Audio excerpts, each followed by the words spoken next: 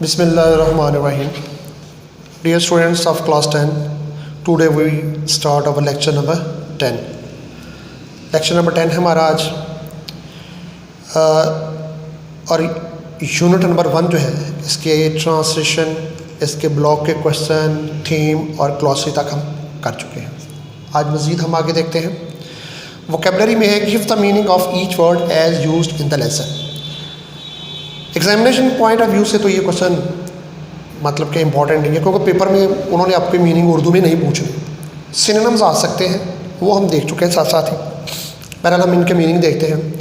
आपने इनके मीनिंग पूछे, उन्होंने पूछे मीनिंग ही है, सिनोनिम्स नहीं पूछे। पहला मॉडल ये होता है नमूना या मिसाल, a person having good qualities to follow. और उसके बाद है पाइटी, ये है परहेजगारी, तकवा। क्वालिटी ऑफ बीइंग पायस, किसी का नेक हो जाना, नेक होने की क्वालिटी। इटर्नल कहते हैं अबदी, दायमी, हमेशा रहने वाली चीज़ है। Something which lost for ever. उसके बाद है अर्न। अर्न का मतलब वैसे तो कमाना होता है, लेकिन यहाँ पर हासिल करना, कमाया। टू हैव और अचीव्ड और गेन समथिंग। उसके बाद है सरमन। सरमन का तर्जुमा हमने किया था खुतबा। ये किसी भी रिलीजियस एड्रेस को, मजहबी खिताब को हम कह सकते हैं। अटैक ऑन रिलीजियस और सम मॉरल सब्जेक्ट्स। रिवेंज का मतलब होता है बदला लेना, इंतकाम लेना किसी से, ठीक है। To hurt someone because he has hurt you yourself. उसके बाद है कमांडमेंट, ये हुक्म को, हुक्म इलाही जिसे हम कह सकते हैं, अ डिवाइन ऑर्डर या रूल। उसके बाद है अपहेल्ड। अपहेल्ड का मतलब क्या होता है? बरकरार रखना, किसी को सपोर्ट करना, कायम दायम रखना। टू सपोर्ट और टू मेंटेन। और उसके बाद है डेस्टिट्यूट, ये होता है मुफलिस, कल्लाश, गरीब, तंगदस्त। A person, a poor and penniless person, यानी कि जिसके पास फूटी कोड़ी भी ना हो। प्रोक्लेम करना, खुलेआम कहना, ऐलान करना, टू से समथिंग पब्लिकली। और ट्रांससेंस का मतलब होता है अबूर कर जाना, फलांग जाना, हद क्रॉस कर जाना, टू गो बियॉन्ड। उसके बाद है choose the appropriate synonym of the following, ठीक है।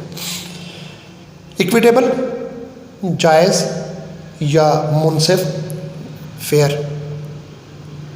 जस्ट के मीनिंग भी करीब करीब ही है, लेकिन ये ज़्यादा इसके करीब है। एंसेस्टर कहते हैं अबाउट ज़्यादा, ये हम पहले पीछे भी दे चुके हैं ग्लॉसरी में, ठीक है। तो इसमें क्या आ जाएगा? फोर फादर आ गए।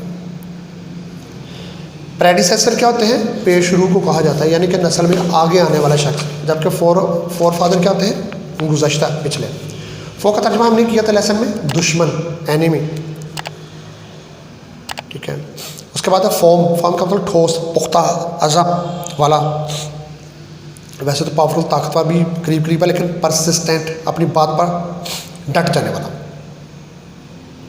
उसके बाद है ग्लोरियस, शानदार, स्प्लेंडेड आ जाएगा।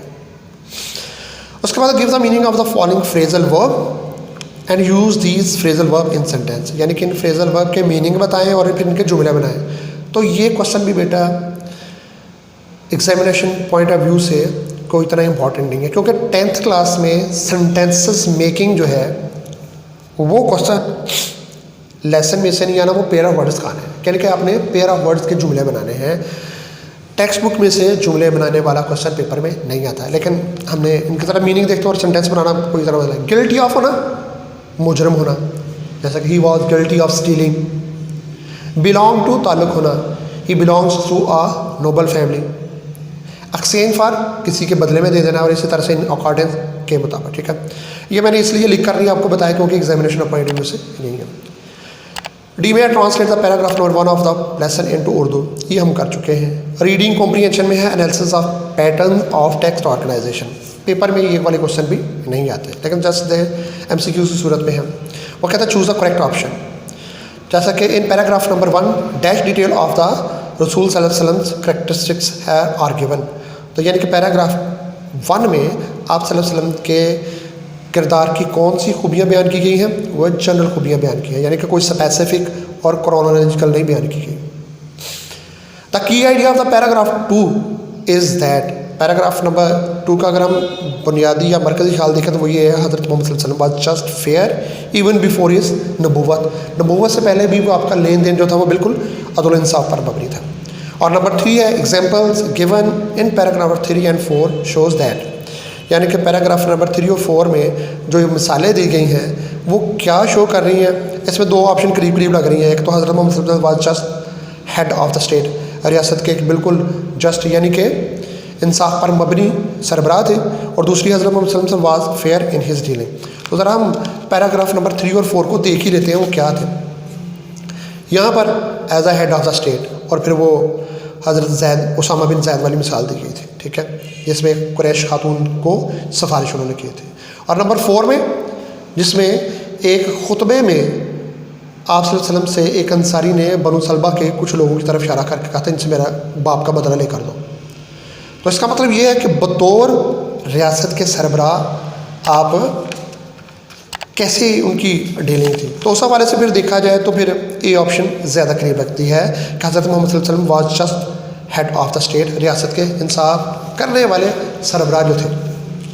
उसके बाद paragraph number 5 shows that, paragraph number 5 क्या शो करता है, वो आप सल्लल्लाहु अलैहि वसल्लम के द जस्टिस ऑफ हज़रत मोहम्मद सल्लल्लाहु अलैहि वसल्लम was a source of peace and security for the non, गैर मुस्लिमों के लिए भी आप सल्लल्लाहु अलैहि वसल्लम का जो इंसाफ था वो अमन और तहफ़्फ़ुज़ का एक ज़रिया था।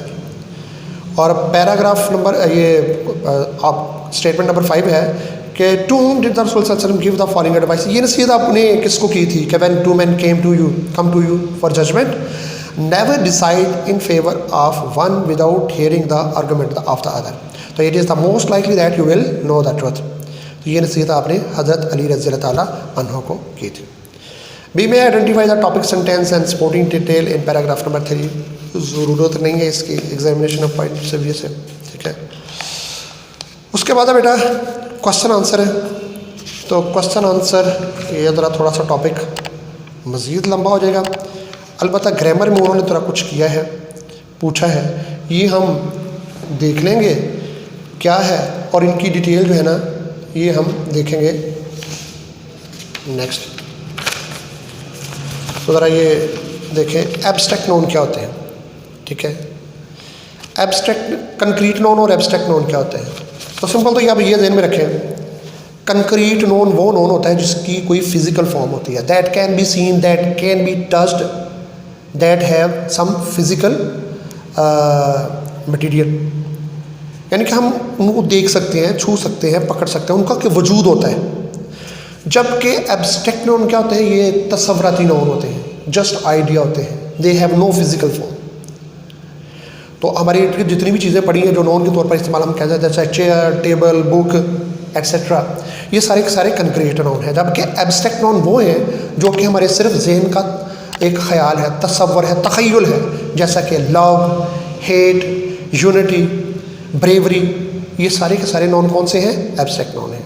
मिसाल देख लें क्या है, the revenge of the father can not be taken on his son, बाप का बदला बेटे से नहीं लिया जा सकता। अंडरलाइन फादर और सन को किया हुआ है, ये कंक्रीट नोन है। क्यों, फादर और सन फिजिकली एग्जिस्ट करते हैं, इनका एक वजूद है, इनको हम देख सकते हैं, टच कर सकते हैं, छू सकते हैं। The underline words are concrete or material noun as they refer to concrete things, यानी कि ठोस अशिया की तरफ ये रेफर कर रहे होते हैं। जबकि एग्जाम्पल अगली जो है वो बता रहा है, ही decided there case with equity and justice, आप उनके तमाम मुकदमात का फैसला अदल और इंसाफ के साथ करते थे। तो इक्विटी और जस्टिस, अदल और इंसाफ, अदल और इंसाफ कोई ऐसी चीज़ नहीं है कि हमारे सामने ये पड़ा हो, जैसे हम कह सकते हैं ये अदल है, ये इंसाफ है, मतलब क्या ये हमारे जस्ट इमेजिनेशन है, हमारे तसव्वुरात हैं। तो the underline words are abstract noun as a refer to ideas, qualities or state, ठीक है। अब वो कह रहे हैं कि identify whether each underline word is a concrete or abstract noun, जैसा कि she puts much effort into her studies as she wants to secure good marks. इसमें एफर्ट क्या है, ये एब्स्ट्रैक्ट नाउन है, क्योंकि एफर्ट की कोई फिजिकल फॉर्म नहीं है, स्टडी की भी कोई फिजिकल फॉर्म नहीं है, ये भी एब्स्ट्रैक्ट नाउन है। उसके बाद है they recommended him for his justice and truthfulness, तो अगेन जस्टिस और ट्रूथफुलनेस ये भी एब्स्ट्रैक्ट नाउन है, दोनों ही, क्योंकि ये भी फिजिकली एग्जिस्ट नहीं करते हैं।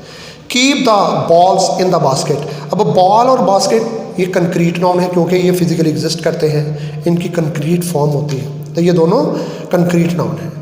उसके बाद the dishonest trader is losing the trust of his customers. इसमें ट्रेडर ताजर कंक्रीट नाउन है, फिजिकली एग्जिस्ट करते हैं। ट्रस्ट कहते हैं एतमाद को, और एतमाद ये फिजिकली एग्जिस्ट नहीं करता, ये आपका एब्स्ट्रैक्ट नाउन है। जबकि कस्टमर्स गाहक ये भी फिजिकली एग्जिस्ट करते हैं, ये भी कंक्रीट नाउन है। और 5 नंबर पे he did not take good care of his pet. वो अपने पेट की अच्छी देखभाल नहीं करता। केयर करना, ख्याल करना, एब्स्ट्रैक्ट नाउन है, क्यों? फिजिकली एग्जिस्ट नहीं करता। जबकि पेट पालतू जानवर जो होते हैं ये फिजिकली एग्जिस्ट करते हैं, ये कंक्रीट नाउन होगा। ओके बच्चों, आज का लेसन इतना ही, बाकी जो रह गया इंशाल्लाह कल देखेंगे। अल्लाह हाफिज़।